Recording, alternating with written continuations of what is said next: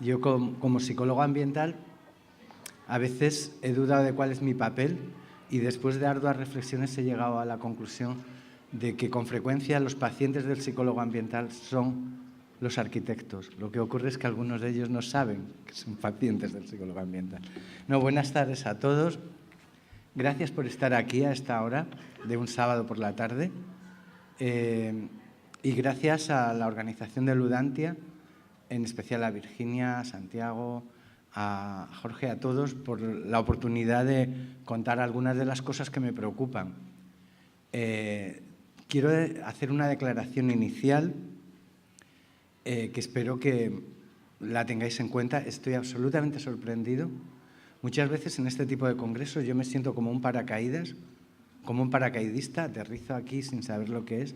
He tenido la ocasión de ayer y hoy seguir muchas de vuestras iniciativas y estoy absolutamente, como dicen mis estudiantes, mis alumnos, alucinando. Creo que es un campo apasionante, creo que, déjenme que les felicite inicialmente, creo que es impresionante el trabajo que se está moviendo en torno a esta idea, pero déjenme también, para que no quede en un halago que alguno pueda considerar falso, plantearles que el trabajo que están haciendo es impresionante, pero aún le falta mucho. Y en mi opinión le faltan dos cosas. Le falta añadir estrategias de evaluación. Sabemos, yo estoy como psicólogo impresionado del entusiasmo con que se hacen las presentaciones aquí, pero me gustaría que ese entusiasmo fuera más allá de la empatía que yo tengo con todos y cada uno de ustedes y con sus proyectos, que pudiera ser contrastable. Uno de mis maestros, James Russell, del Boston College, de Harvard, siempre decía que en la vida hay dos momentos, uno para hacer, y que el entusiasmo por hacer no nos debe olvidar la importancia del segundo, porque hay otro momento para pensar en lo que hemos hecho. Creo que es crucial. Yo, en esta presentación que les voy a hacer, no les pido el esfuerzo de que me sigan el discurso, que a lo mejor a algunos les resulta un poco naif, un poco extraño, pero sí les voy a pedir un pequeño esfuerzo. Que aprovechen mientras yo hablo, sobre todo por el contraste entre el silencio que hay en esta sala y el ruido tan insoportable que había en el restaurante. No sé si lo habéis notado, ¿no? Los psicólogos sabemos que el ruido produce un estrés inconsciente. Espero que se relajen y que aprovechen estos 40 y ya 3 minutos que me había asignado Irene para que piensen en sus cosas.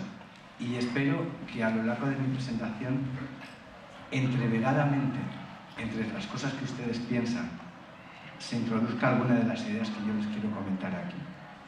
Lo primero que quiero es presentar qué es la psicología ambiental brevemente, ¿no?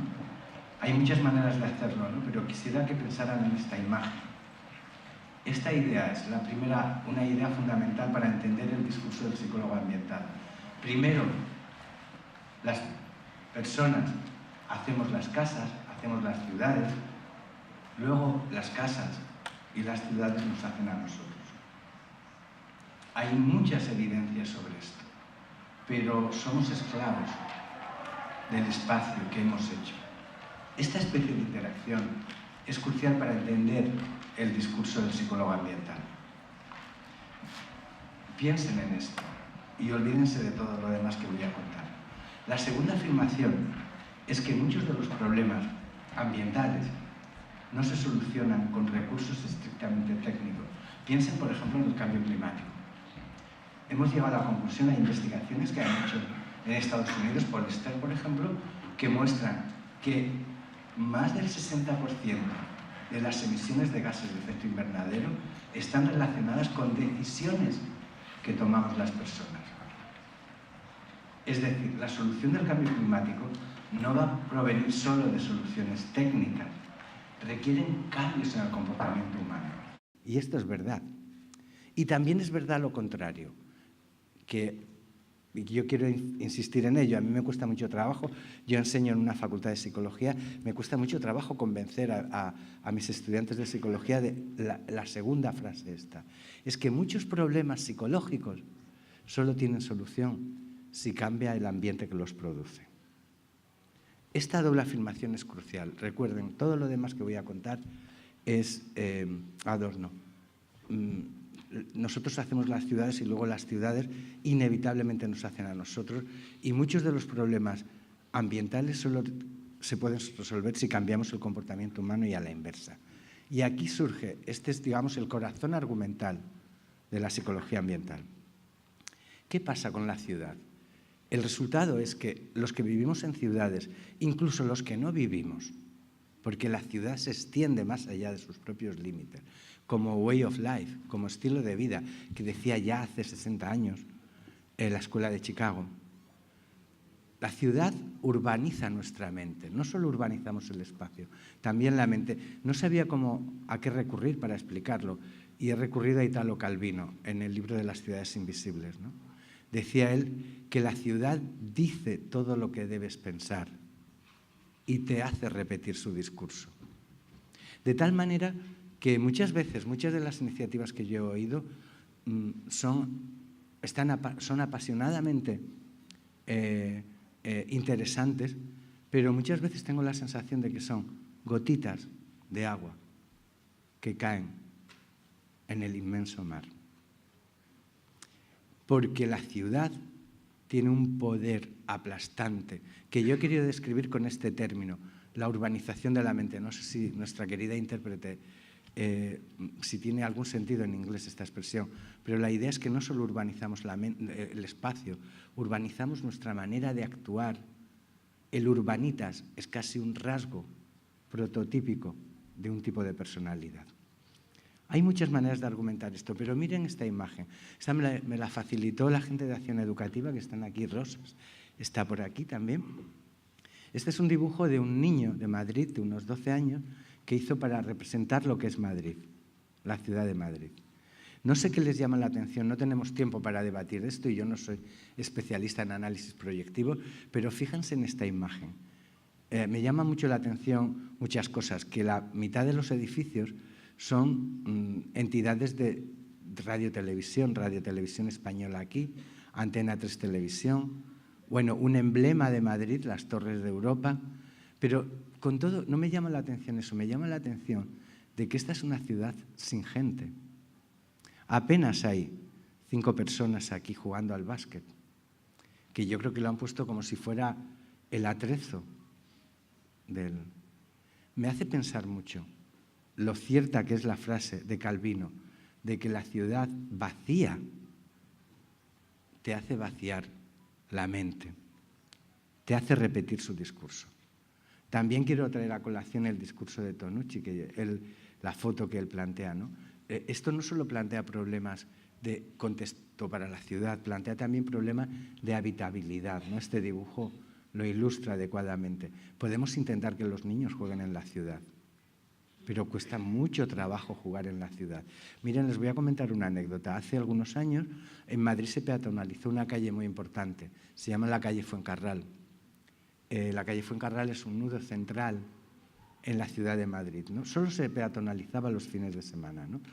El concejal que lo hizo soñaba con que aquella calle, diariamente llena de coches, en la mañana del domingo se llenara de niños jugando al patinete, como decíais esta mañana, o jugando a juegos tradicionales. ¿Saben lo que ocurría los fines de semana?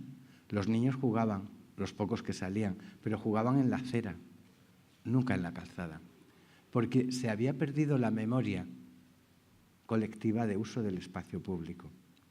Hubo que utilizar unos monitores que volvieran a enseñar a los niños a jugar en la ciudad. Y esto habla muy mal de la ciudad, ¿no?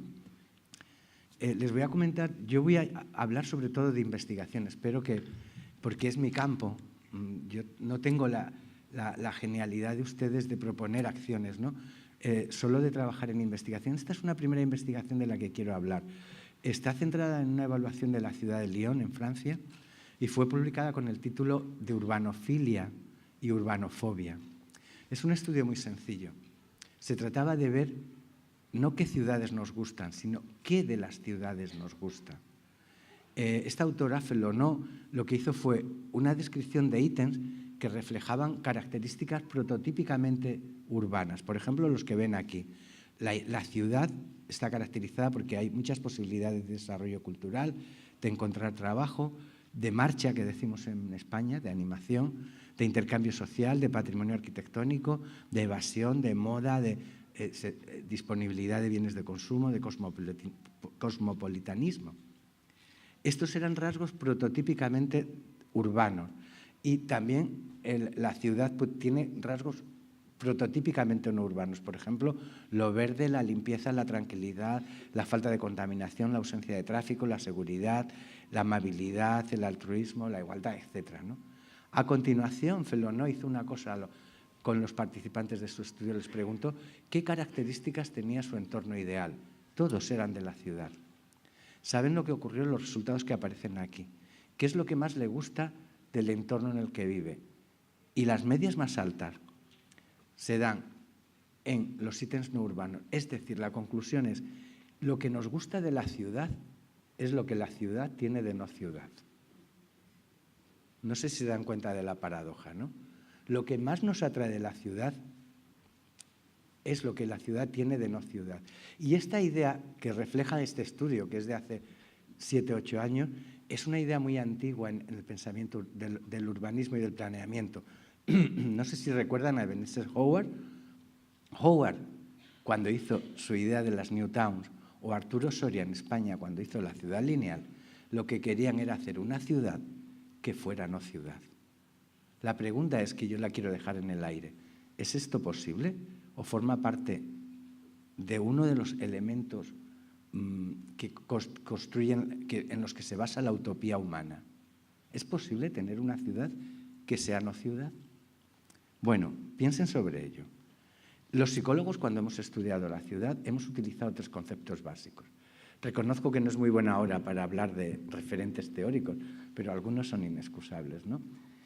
El primero, el muy importante, es este que está con fondo rojo, que es el concepto de sobrecarga informativa, que en inglés se utiliza la expresión overload. Está publicado por Stanley Milgram en un artículo en la revista Science, justamente el año que viene hará 50 años. Ni siquiera los psicólogos hemos explotado el potencial de este concepto. El concepto de sobrecarga informativa. El segundo es el concepto de legibilidad, que fue acuñado por un autor que muchos de ustedes conocerán, Kevin Lynch. Y el tercero es el sentido del lugar. Vamos a plantear el concepto de sobrecarga informativa. Lo que quiere decir, no lean todo esto. Sé que esta transparencia es antipedagógica, me disculpo. Solo lean lo que está en rojo, ¿no? Es una manera de definir la ciudad. La ciudad es una gran profusión de estímulos informativos, siguiente frase roja, que bloquea la capacidad atencional del sujeto y le hacen difícil controlar la presencia de estímulos informativos no deseados. En cierta ocasión yo hice un experimento en una calle céntrica en Madrid, la calle Preciados. No sé si alguno de ustedes la conoce. Es una calle que está al lado de la Puerta del Sol, unos días antes de Navidad. Con un actor, le pusimos a un actor que tenía que simular un ataque al corazón y caerse desplomado. Grabamos quién le ayudaba. La calle Preciados era por la tarde, estaba llena de gente. Hay grandes almacenes, eran unos días antes de Navidad. ¿Sabe quién le ayudó? ¿Sabe que tardaron que la persona que ayudó al actor que se cayó fue la persona que pasó por el ojo de la cámara en el puesto 53? 53. Ese mismo experimento lo replicamos en una plaza de un barrio muy integrado, muy cohesionado. ¿Sabe cuánto tardó en ser ayudado el actor? Lo ayudó la persona que pasó en tercer lugar por el ojo de la cámara. Esto es muy interesante porque cuando recurrimos a explicar este tipo de cosas, siempre recurrimos a criterios morales. Decimos, la gente ayuda o no ayuda porque es egoísta y cosas de esas, ¿no? Yo lo que quiero es que veamos cómo la ciudad nos hace ser egoístas. Porque la única explicación que es absurda de este estudio, ¿saben cuál es? Pensar que aquella tarde todos los egoístas de Madrid se habían ido a la calle Preciados. Tendríamos que buscar la clave en características del funcionamiento de la ciudad. Y esa característica era la sobrecarga informativa. Cuando uno está saturado, por ejemplo ahora, que ustedes ya están cansados de lo que yo digo, es normal que se saque un paraguas. Antes, esta mañana se hablaba de la arquitectura como paraguas, ¿no? Sacamos un paraguas para defendernos de la lluvia de estímulos no deseados. Y eso es lo que hace la gente en estas situaciones. Y realmente Para mí, la calle Preciados es un gran laboratorio, lo he utilizado en más ocasiones en la investigación en Madrid porque tiene un principio y un final. Yo pregunté a mucha gente que pasó por la cámara, que pasó junto al actor cuando se caía a 1,5 metros, que giró la cabeza, miró y no vio nada, porque iba con su cosa en la cabeza. Bueno, esta idea es muy potente teóricamente porque la ciudad, lo que hace el mayor efecto patogénico de la ciudad deriva de que hemos convertido la ciudad en algo que antes creíamos que era solo una metáfora casual. ¿Recuerdan la calle de Las Vegas, esta famosa, ¿no? De los estímulos de los neones y todo esto, ¿no? Hemos convertido la ciudad en un paradigma que copia esa calle. ¿Y saben lo que pasa en la calle de Las Vegas? Que si yo quiero poner un negocio y un anuncio, lo tengo que poner más grande, más estridente, más luminoso, porque si no nadie lo va a ver. Y a esto nos condena este modelo de ciudad. La otra idea es la legibilidad, que está muy vinculada a esta palabra, la identidad del lugar. ¿Qué da identidad al lugar? Y la tercera es el sentido del lugar, que yo lo resumo en algo muy importante, es que somos los lugares que habitamos. La persona, una parte de la identidad de la persona es la identidad del lugar que ocupa. Pues bien, yo he desarrollado algunas investigaciones modestas sobre todo esto y les voy a comentar algunas de estas investigaciones, ¿no?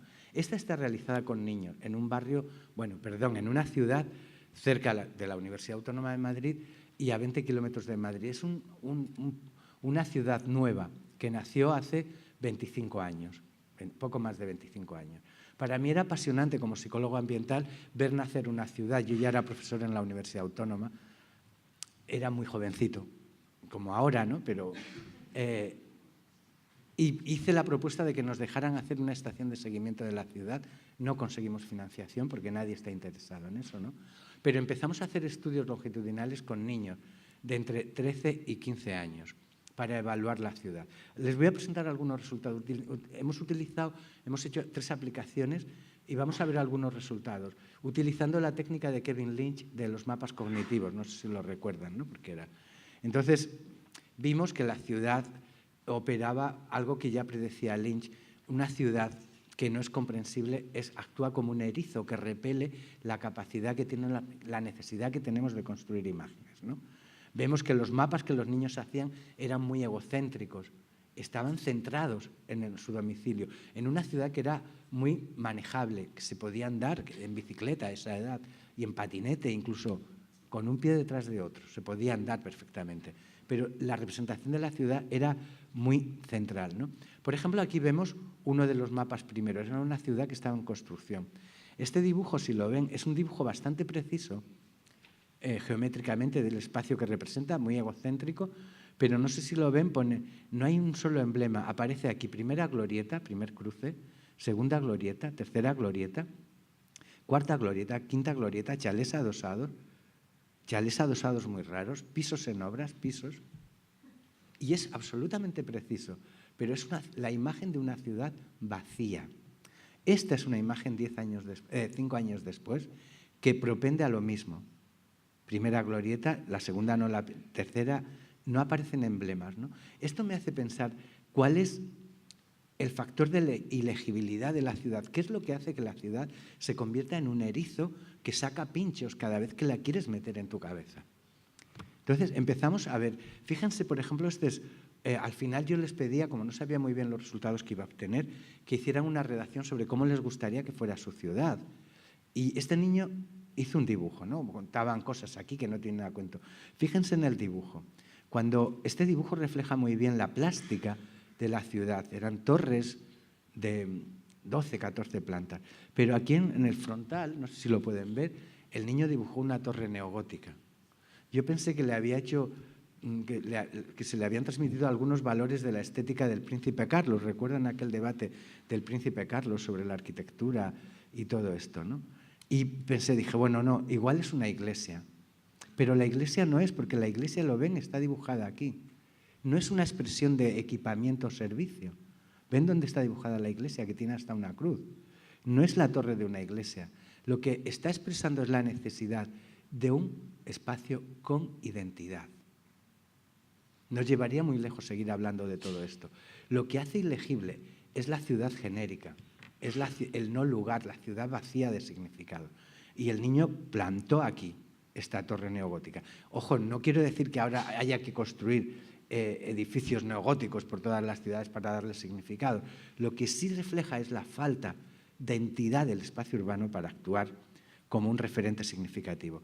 Vemos análisis más cualitativos, ¿no?, de frases. Por ejemplo, este niño dice que no pongan tantas cosas, que está bien como está ahora.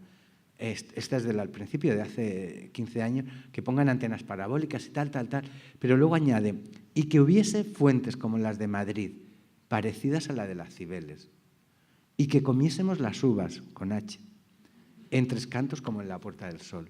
Lo que está expresando es una demanda de espacios con identidad y con usos compartidos.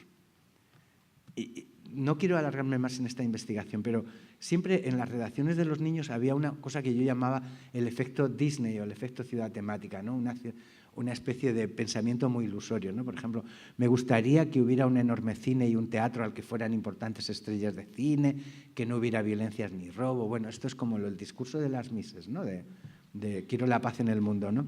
Me gustaría, y que Trump se haga bueno, también dice. Me gustaría que por la noche se iluminara todo Tres Cantos de colores claros. Ven el efecto Disney, ¿no?, de ciudad temática. Que tal. Me gustaría que hubiera un gran parque verde para los perros, solo para los perros. Cuando uno lee esto, dice, el niño delira, ¿no? Pero van a ver como en las dos últimas frases demuestra el hecho de que es una persona absolutamente experta en evaluar la evolución de los espacios urbanos no consolidados. Porque acaba concluyendo diciendo, me gustaría, por último, dos cosas. Un enorme centro comercial con restaurantes y tiendas. La demanda de equipamientos y servicios es crucial en este tipo de espacios. Y luego añade, dice, una iglesia típica, como la de Santiago de Compostela. Dice, ya que va a pensar en una iglesia típica, no va a pensar a lo pequeño, ¿no? No sé si se dan cuenta, más allá de la broma, de lo que esto indica. Estamos haciendo que la ciudad que hemos creado nos vacíe la mente de símbolos. Pierde identidad el lugar, perdemos identidad nosotros. Bien, otra investigación. Va a ser un poco fractal. Esta sobre el concepto de sobrecarga.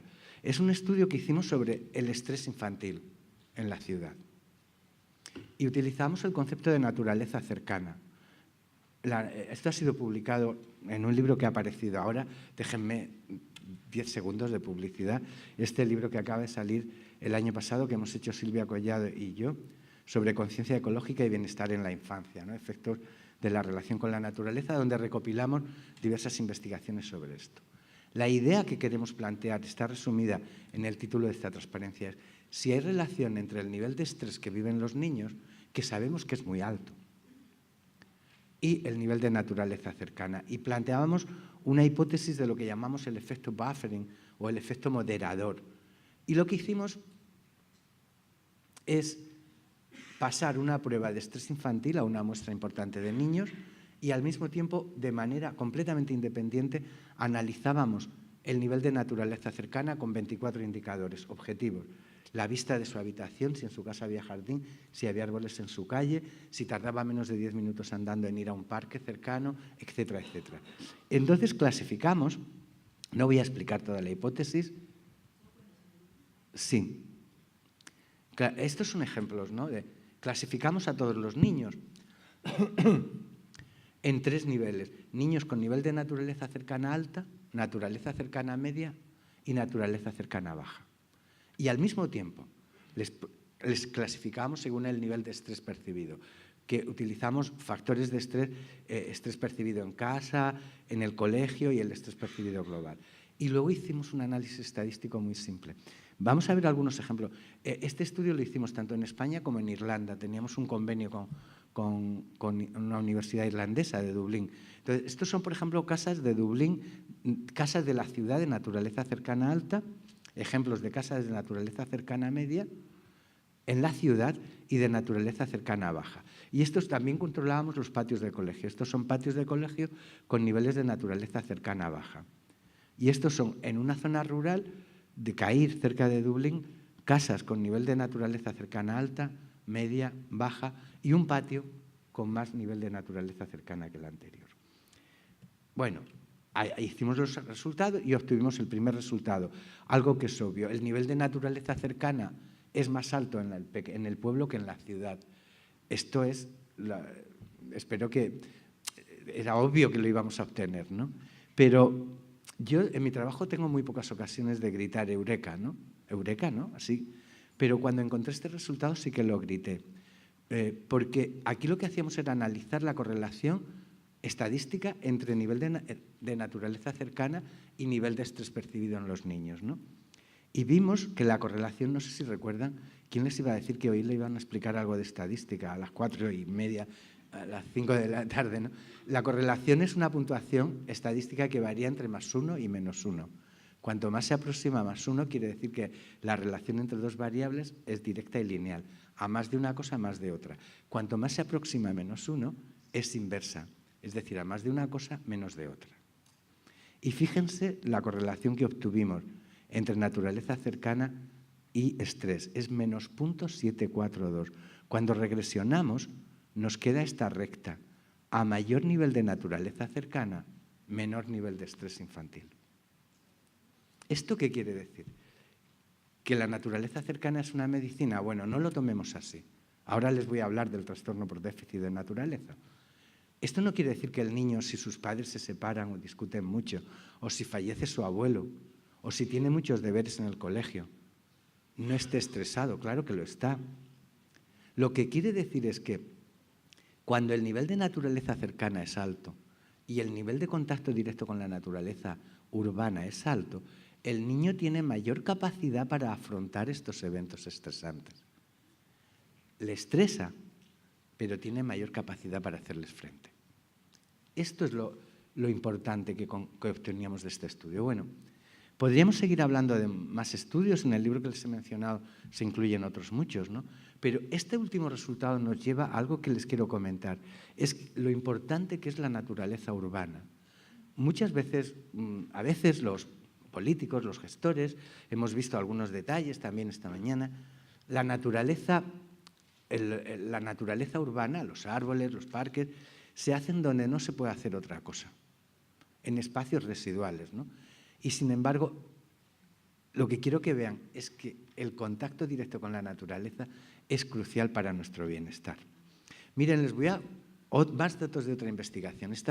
Nosotros hicimos una réplica en la Universidad Autónoma, en el Servicio de Deportes de la Universidad Autónoma, pero voy a poner los datos originales realizados por Ulrich en Estados Unidos, ¿no? Es un experimento muy sencillo. Se trataba de estresar a las personas. Ya saben que los psicólogos, cuando nos ponemos a hacer experimentos, nos han tenido que construir un comité, obligar a pasar por un comité de ética porque no vemos las terminaciones, ¿no? Se trataba de poner a unas personas a correr en una cinta de estas de hacer deporte, pero con los electrodos puestos para registrar sus constantes fisiológicas, tasa cardíaca, actividad eléctrica de la piel, actividad, nivel de pulsaciones, etc., ¿no? Entonces, ¿saben? Es las máquinas estas que se utilizan se llaman máquinas de ergometría para hacer diagnósticos de la prueba de esfuerzo cardiológica, ¿no? Entonces, durante 10 minutos la persona corría, lo ven aquí en este gráfico, y conseguíamos, después de correr durante 10 minutos, las constantes fisiológicas subían. Esto, por ejemplo, se refiere a la conductancia de la piel, que es un indicador de actividad fisiológica relacionado con la temperatura de la piel, ¿vale? Lo que era importante, lo que producíamos era un tipo de estrés fisiológico, digámoslo así, ¿no? Y después la persona con los electrodos puestos se le sentaba en una sala para ver el tiempo que tardaba en recuperar el nivel previo a iniciar la carrera, lo que los psicólogos llamamos el nivel base, el nivel basal, ¿de acuerdo? Y fíjense, las personas estaban en 3 condiciones. Podían ver un diaporama, un conjunto de imágenes de naturaleza virgen, otro de imágenes de urbanismo duro, ¿entienden lo que quiero decir, no? De casas, coches, y otro además con ruido de tráfico. Y observen una cosa, si lo ven aquí.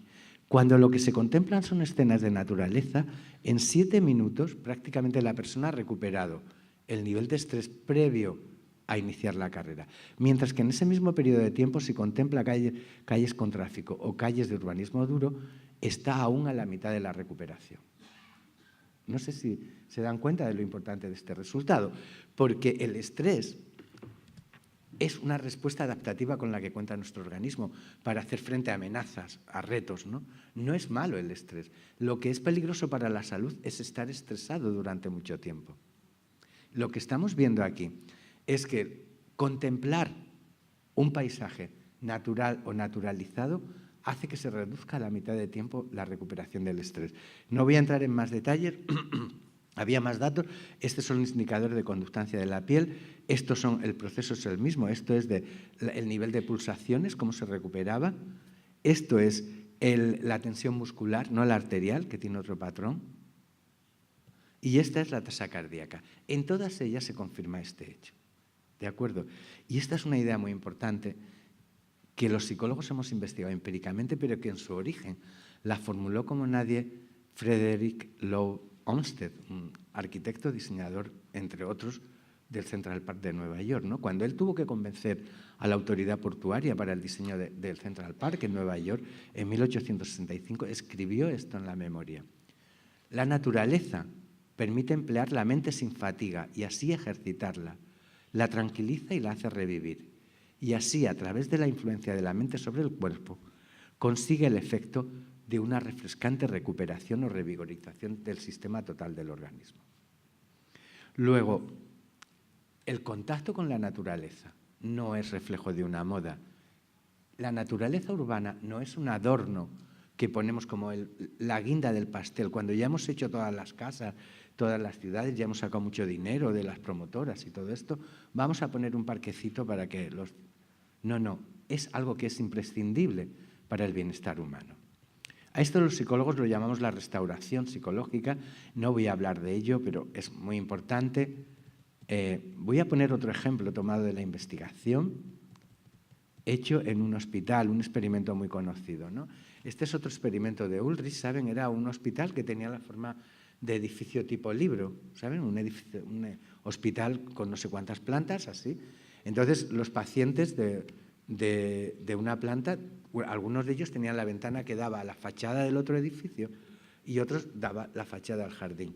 En este caso concreto hizo un estudio con pacientes que tenían un posoperatorio de una operación que normalmente es leve, aunque los cirujanos los carga el diablo, ¿no? La cirugía las carga el diablo, puede salir mala, ¿no? Pero una operación de vesícula, que tenían un posoperatorio leve, ¿no? Y comparó algunas variables y encontró que aquellos pacientes cuya recuperación se producía en una habitación que daba al jardín, tenían estancias hospitalarias posoperatorias más cortas, tenían menos complicaciones, pedían menos analgésicos, y yo todo eso lo puedo entender, lo que no entiendo es lo último. Y además, tenían menos comentarios negativos sobre la asistencia que habían recibido del personal de enfermería del hospital. O sea, cambiaba completamente su manera de ver la enfermedad. Podríamos seguir comentando investigaciones de este tipo, y esto me permite hablar de algo que es uno de los grandes problemas de salud infantil que hay ahora, sobre todo en países desarrollados. Ahora no quiero que piensen tanto en países de África o en países emergentes, quiero que piensen en Europa y Estados Unidos, ¿no? El trastorno por déficit de naturaleza, como todos ustedes saben, es un término un poco publicitado por Richard Lowe en su libro, pero en su libro que se llama El trastorno por déficit de naturaleza, ¿no?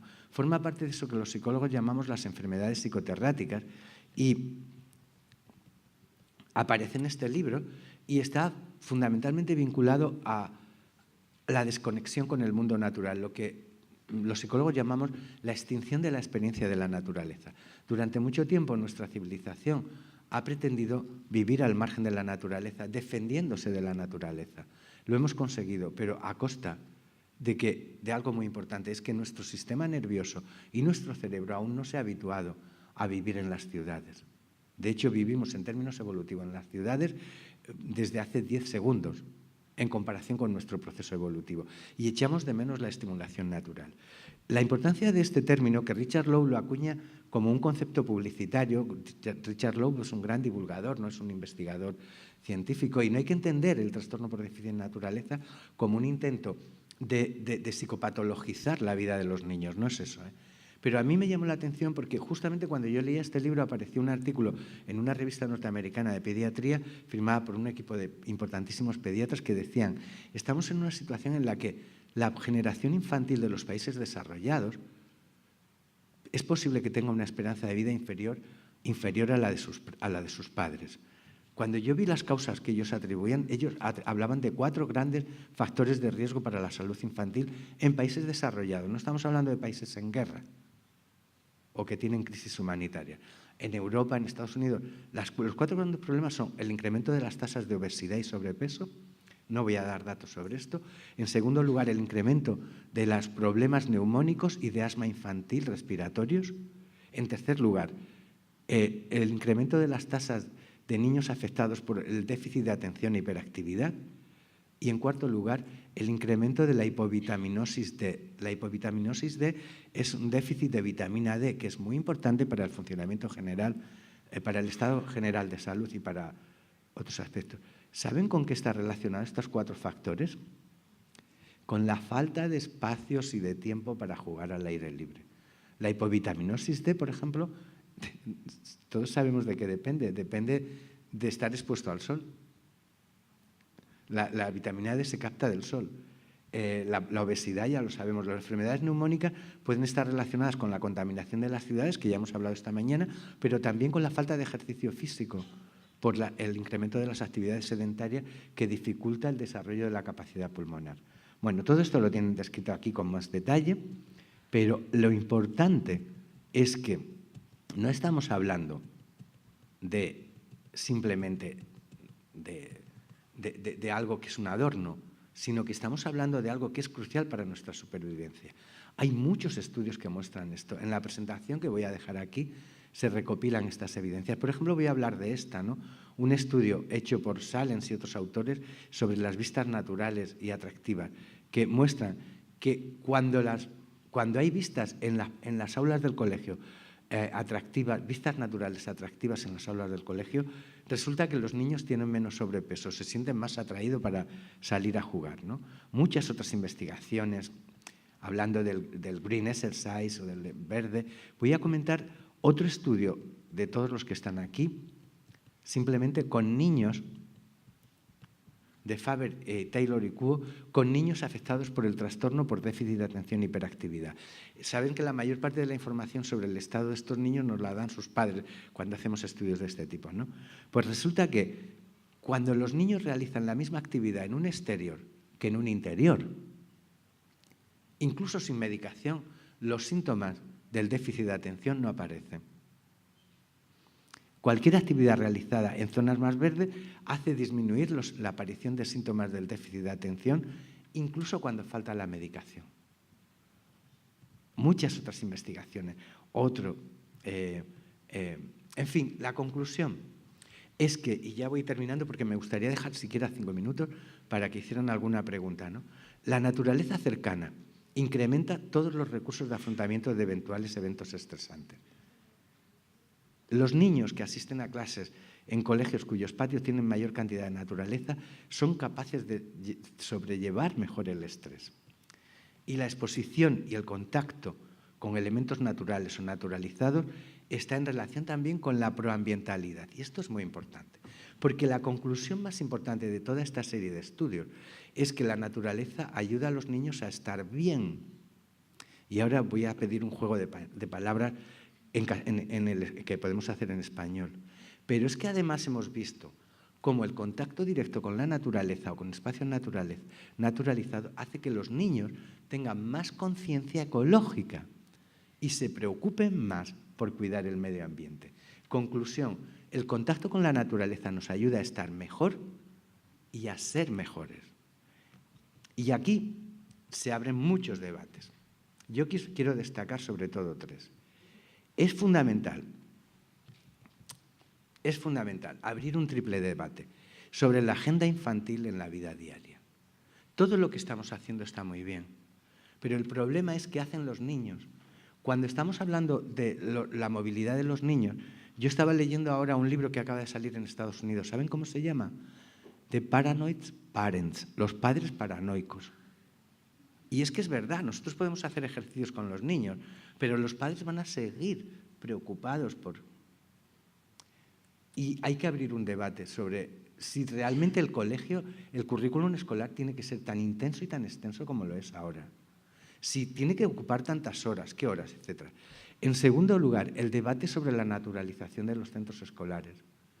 No lo resolvemos todo con hacer. Está muy bien, hay una iniciativa magnífica en el pasillo de hacer huertos escolares. ¿Han visto las bolas estas que yo creía que eran pasteles de chocolate? Menos mal que no los he comido. Está muy bien hacer eso, pero el problema es naturalizar realmente el funcionamiento de la escuela. Miren, yo cuando era pequeño estudiaba en un colegio de un pueblo rural muy pequeño, de una región preciosa de España, que es Extremadura. Mi pueblo tenía 700 habitantes. ¿Saben que todos los jueves la maestra nos llevaba a jugar al campo? Y no lo necesitábamos. Pero recuerdo aquellas tardes de jueves con una nostalgia infinitamente superior a los recuerdos que tengo de otras actividades escolares. Hoy sería imposible encontrar una tarde en el currículum escolar para que los niños fueran a jugar al campo. Y probablemente hoy haga más falta que cuando yo estudiaba en el colegio de este pequeño pueblo de Extremadura. Y el tercer punto es el debate sobre la calidad de los espacios públicos en las ciudades y la naturaleza humana. Les dejo aquí ya para concluir una especie de decálogo que resume muchas de las evidencias que hemos obtenido en las investigaciones nuestras sobre las características ideales. Son 10 mandamientos para definir los espacios urbanos. No se asusten, solo voy a leer lo que está en rojo.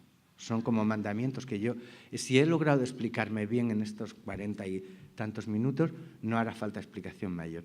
Y resume muchas de las cosas que he oído esta mañana. Aquí, el primer mandamiento es que el espacio sea saludable. No requiere explicación.